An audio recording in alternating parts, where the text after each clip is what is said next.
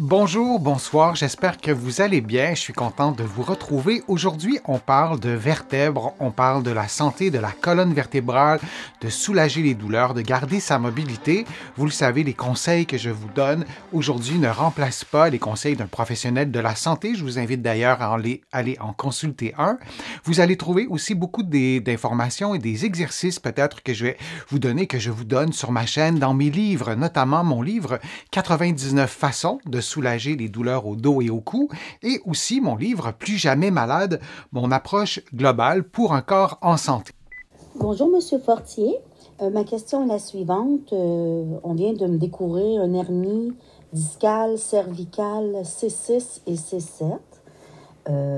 Je voudrais savoir, moi, je fais de l'entretien ménager une fois par semaine dans une maison. Est-ce que ça peut déclencher des crises? Et deuxièmement, je fais régulièrement vos exercices matinaux et je voudrais savoir si ça nuit à mon hernie cervicale de le bouger et de le faire comme un petit peu craquer, comme si le coussin revenait en place pour ressortir par la suite. Merci beaucoup de votre réponse. Je vous adore. Continuez comme ça. Merci pour la question et je vais tenter d'y répondre et de répondre à la question aussi plus générale, qu'est-ce qu'on doit faire ou ne pas faire pour ne pas détériorer sa condition? Est-ce qu'on doit faire des exercices? Je vous propose des exercices sur ma chaîne. Est-ce qu'on doit les faire ou pas? Évidemment, je le dis toujours et je le répète, si un exercice que je propose sur ma chaîne augmente une douleur, que vous ayez ou non une hernie discale ou un autre problème, vous ne faites pas l'exercice. Vous consultez un professionnel de la réadaptation, un physiothérapeute ici au Québec ou un kinésithérapeute de l'autre côté de l'Atlantique pour voir ce qui se passe. Ça, c'est réglé pour cette partie-là de la question. Mais si vous avez une hernie discale et vous n'avez pas de douleur ni avant, ni pendant, ni après les exercices, est-ce que vous devez les faire? Est-ce que vous risquez de détériorer votre condition? Je vais y répondre à cette question-là. Et pour ce qui est du craquement, lorsqu'on a une hernie discale, je déconseille fortement de faire de l'auto-craquement, de se faire craquer délibérément soi-même le cou. Je vous ai déjà parlé de ce sujet-là. Vous pourrez réécouter ces contenus-là, mais je vous déconseille de faire vous-même craquer votre cou. C'est peut-être pas ce que l'internaute me posait comme question précisément, mais je voulais quand même apporter cette précision. Et si vous entendez ou vous sentez des craquements dans votre cou pendant un exercice ou un mouvement, ou au travail, si vous faites un mouvement, si vous travaillez dans l'entretien ménager, vous faites de l'entretien à domicile, par exemple, donc un travail physique, vous devez vous pencher et ça craque. Est-ce que c'est bon ou pas? Si le craquement cause de la douleur, non, c'est pas bon. Et c'est la même réponse que ma réponse précédente. On consulte pour savoir ce que l'association entre le craquement, le mouvement et la douleur, comment tout ça s'explique. C'est peut-être pas grave. Peut-être que le professionnel de la santé que vous consulterez vous dira, ben oui, continuez, il n'y a pas de risque, mais on veut comprendre pourquoi, surtout s'il y a de la douleur associée au craquement.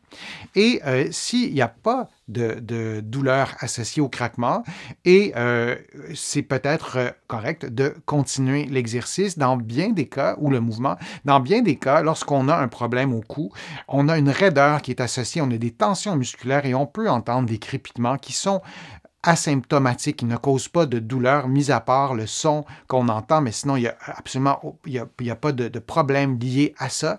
Et lorsqu'on constate que c'est ce qui se passe et on s'aperçoit que les craquements ou les scrunchs ou les bruits articulaires non douloureux associés à des mouvements spécifiques normaux de la vie de tous les jours, se présentent, mais diminuent en fréquence, sont de moins en moins forts, ben, c'est bon signe.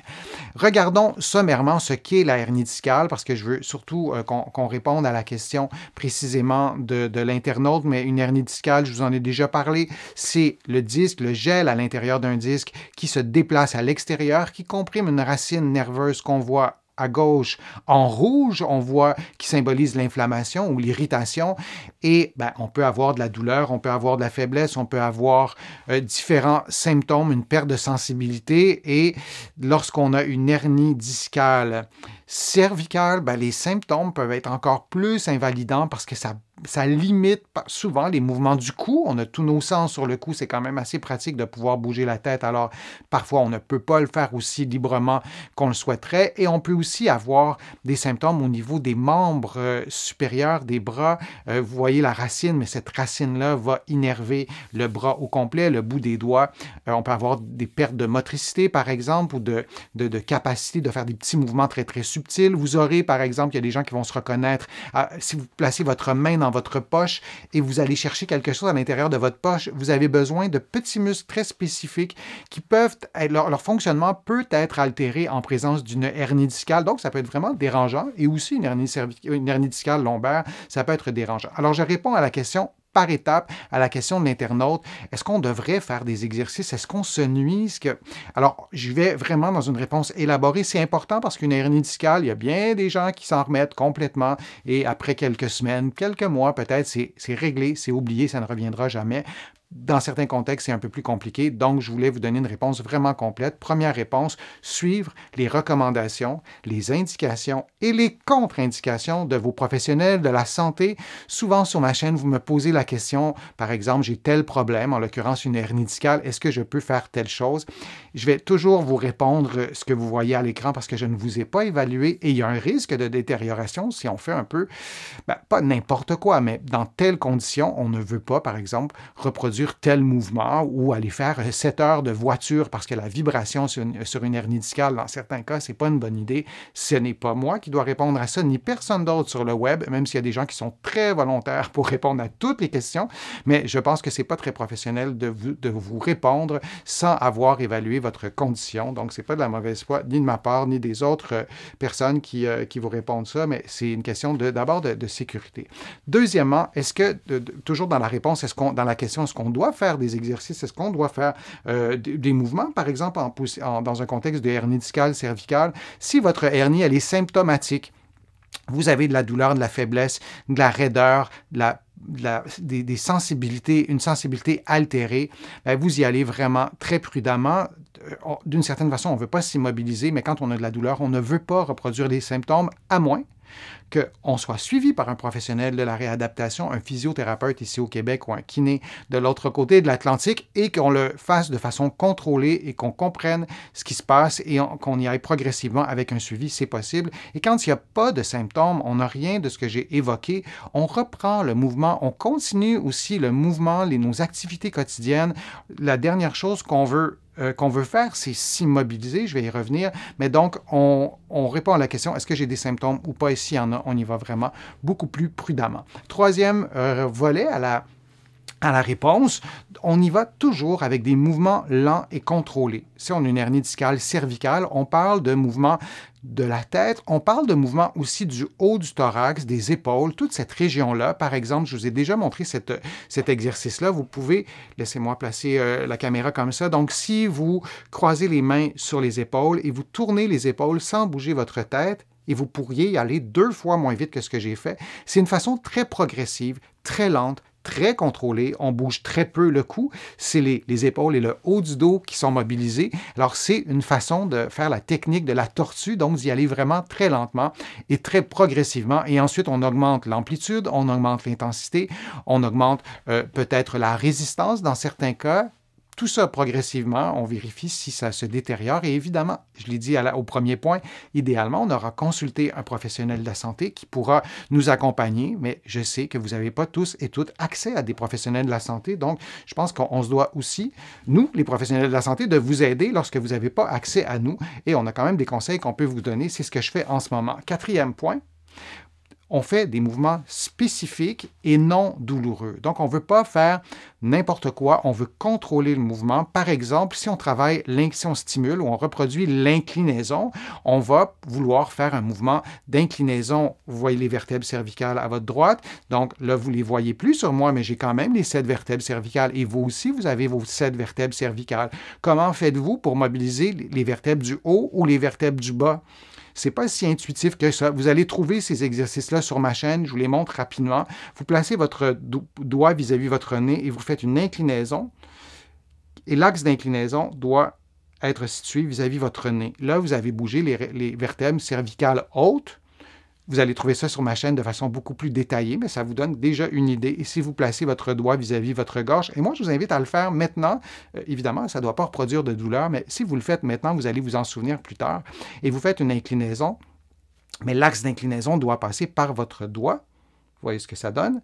Je le fais un peu rapidement, mais je vous montre un peu en gros c'est quoi l'idée. Vous faites tout ça ultra lentement, progressivement, comme je vous l'ai dit, mais vous avez senti la différence entre mobiliser la région cervicale basse, vous voyez les dernières vertèbres, les plus basses, et les vertèbres cervicales hautes qui sont très près de la mâchoire. Donc, on y va toujours dans des mouvements spécifiques.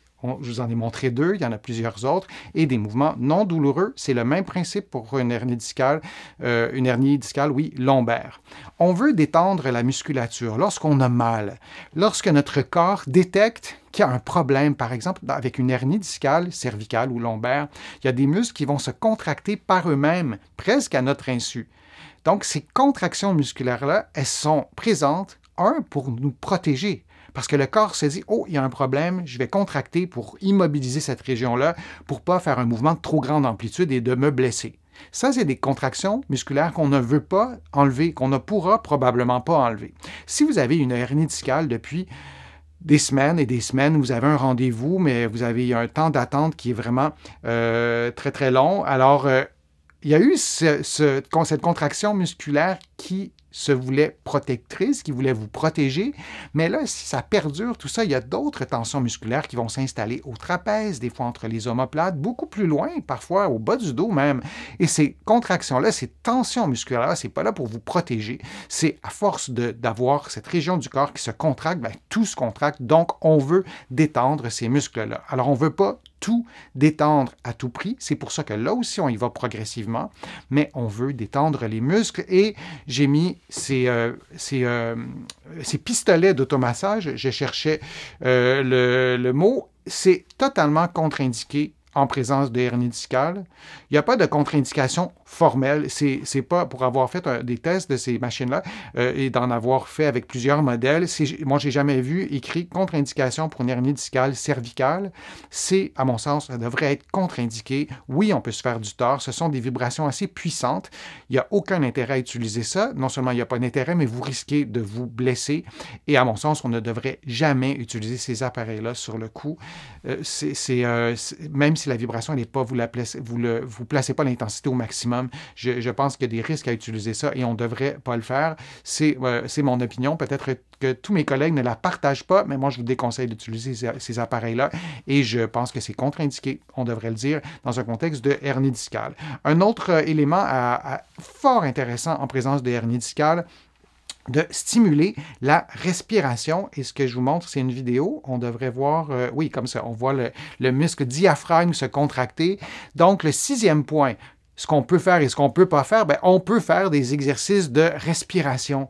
Là, vous voyez le diaphragme qui est en bleu en bas et vous voyez les poumons en rouge. Ce que vous ne voyez pas, c'est qu'il y a aussi des muscles, vous les avez vus tout à l'heure par contre, il y avait une illustration qui vous montrait les muscles du cou. Est-ce que vous vous en souvenez? Est-ce que vous avez gardé cette image-là en tête? Les habitués de ma chaîne, je vous ai souvent parlé des muscles du cou qui sont situés ici. Et quand on a mal, ces muscles-là se contractent. Et quand ils se contractent, notre respiration va non pas être comme vous voyez en ce moment par le diaphragme qui bouge. Le diaphragme s'est réimmobilisé, mais la respiration ne se fera pas par le diaphragme, mais se fera par les muscles du cou dans la région supérieure. Et on va respirer vraiment par le haut, ce qui est inefficace. Donc, on veut stimuler le diaphragme en plaçant sa main sur l'abdomen, en faisant des inspirations pendant laquelle on gonfle le ventre et ensuite on relâche tout ça. On veut détendre, oui, mais on veut aussi aller recruter le diaphragme, qui est le muscle beaucoup plus bas, beaucoup plus efficace et qui permet de détendre son activité accrue permet de détendre les muscles, la région du cou. 7e élément, bien, vous évitez l'immobilisation complète. Bon, j'ai peut-être un peu caricaturé l'illustration, mais parfois, on a tellement peur d'avoir mal, à raison, parce que parfois la douleur, elle est très, très, très forte, très invalidante, qu'on a tendance à tout, vraiment, à tout immobiliser et on ne veut pas faire ça. Et je vous ai donné plein de conseils dans les derniers points pour vous encourager à bouger, mais on ne veut pas faire des mouvements qui font mal, mais le réflexe de se coucher, de ne pas bouger, ça a été bien démontré que c'est inefficace et souvent on se nuit, souvent on détériore sa condition. Et dernier point, je vais revenir sur la question de l'internaute. Elle voulait savoir si elle pouvait faire les exercices, par exemple les exercices que je donne sur ma chaîne. Alors la réponse, c'était une longue réponse. Oui, vous pouvez en respectant tous les 7 points que je vous ai présentés. Et pour ce qui est des craquements, je le rappelle, moi je vous déconseille vraiment de faire craquer votre dos en présence d'une hernie discale, cervicale ou même lombaire.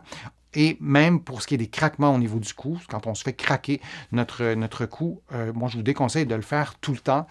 Et si vous trouvez que ça vous fait du bien, peut-être de comprendre pourquoi vous sentez le besoin de faire craquer votre cou. Il y a peut-être un problème qui est là. Et si ce sont des craquements pendant les exercices, les craquements ne doivent pas reproduire de douleur, ni d'inconfort, ni de sensations bizarres dans notre cou.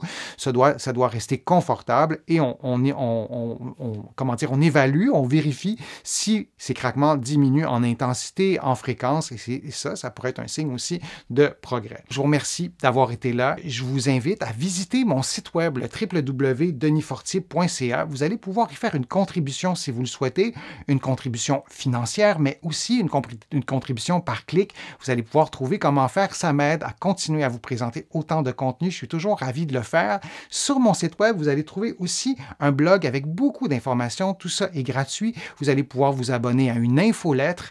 Toujours gratuitement, vous allez pouvoir aussi vous abonner à des courriels thématiques. Donc, vous allez recevoir des courriels sur des thèmes précis et vous allez trouver beaucoup d'informations dans mes livres que vous pouvez trouver partout au Canada, en librairie et sur le web. Et mes livres sont aussi de l'autre côté de l'Atlantique, notamment mes livres sur les problèmes de dos et de cou, sur le vieillissement. Mon plus récent livre, Plus jamais malade, mon approche globale pour un corps en santé, et il y en a beaucoup d'autres. Alors, je vous dis à une prochaine fois, à un prochain direct, à une prochaine vidéo. À très bientôt.